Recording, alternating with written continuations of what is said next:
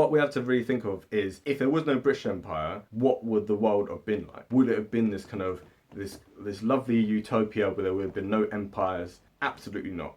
If there had been no British Empire, then all that would have happened is that the other competing European empires would have filled that gap. So France, for instance, would have been the unquestioned colonial power in the world, having possession over all colonies that they already had, plus India, and plus having a huge amount of of Africa, like a free hand in Africa. It would have made their empire the biggest empire that there had ever been. At the same time, would it necessarily have benefited the French to have had all that extra territory? Potentially, but if we compare how the British Empire was run with how the French Empire was run, the British tended to be more laissez-faire in terms of how they governed, right? They tended to use a lot more native kind of people and stuff. So if you actually look at how the empire was administered, for the most part they used local ruling elites. Taxes would be collected, and obviously if there was any kind of minerals or any kind of like diamonds, oil, etc., that tended to be British companies which would have lease over that. Apart from that, it was a thing of most people within the British Empire,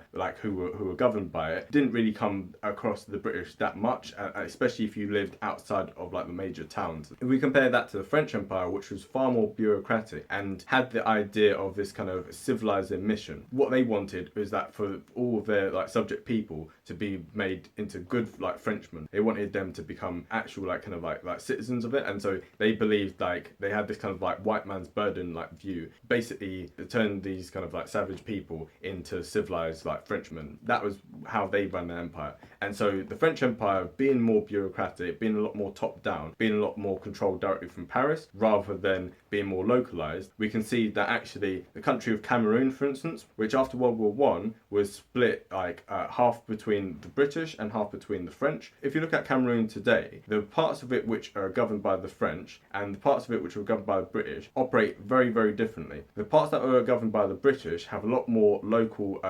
democracy. They have a lot more local administration, whereas in the French part, a lot more of it is top down, and it's more bureaucratic, and it's from it's kind of dictated more from the capital. Clearest example of this is in the example Cameroon, but you see this in multiple different colonies around the world, really, when you compare how the British ran it to how the French ran it. Would the world have been a better place if France had been the dominant colonial power as opposed to the British? I think it would have been very different.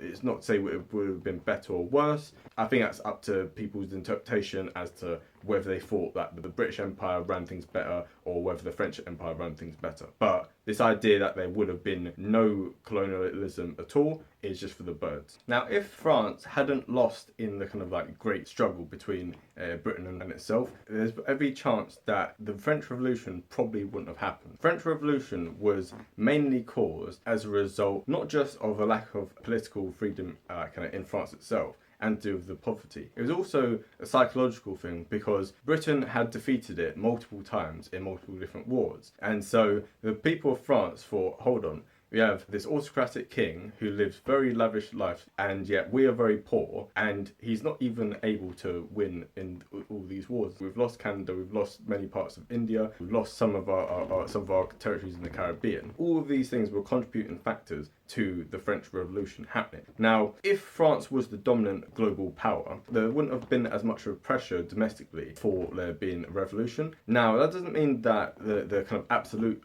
monarchy of France would have continued. In the 19th century, there would have been reforms, there would have been a more parliamentary system. So the French monarch, I think, still would have had more power than British monarchs did, but I think it would have been a lot more of a parliamentary system, probably more along the lines of what the Kaiser ended up having in Germany. So you had you had the parliament, you had the Reichstag, but the Kaiser had a lot more power than the British king did. I think this is probably a more likely scenario. If there was no French Revolution, then a whole bunch of there's too much to go into with that. There would have been no Napoleon. There would no the impact of Napoleon not running France would have had such a huge butterfly effect across the continent, and many other YouTube videos have covered what if Napoleon had won, and they'll do it far more detail than me. So if you look at Alternative History Hub, if you look at What If Authors, both of those are really, really good alternative history channels,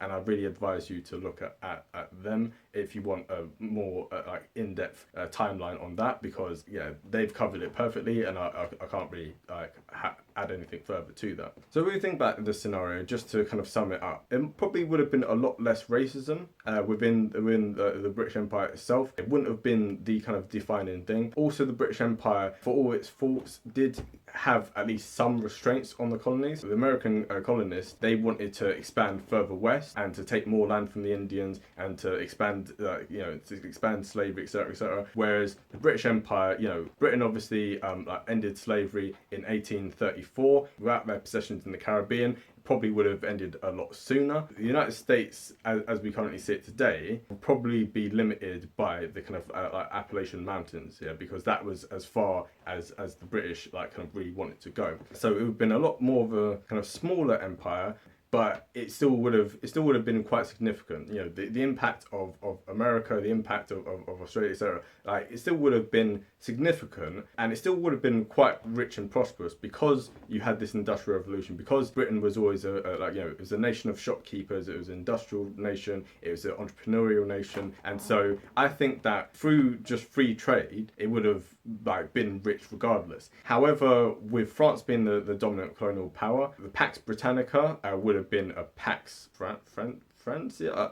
My Latin's not perfect, but instead of it being a British peace, instead of it being a world order dominated by Britain, and so all the thing that come from it of free trade, of parliamentary kind of democracy, etc. Instead of that being the kind of norm throughout the world, it would have been a lot more of the French kind of mercantilism. It would have been top-down, bureaucratic, etc., etc. The British Empire had a huge part to do with the globalized world that we live in today, with free trade and with commerce, all the innovations that kind of came from that and stuff. The world would be a lot less interconnected than it currently is in our real life timeline. Again, quite complicated to really speak of. If you talk about a point of departure so many centuries away from our own timeline, it's difficult to really accurately predict what the world would look like. But I think we can we can work out that it would still be a very, very different world.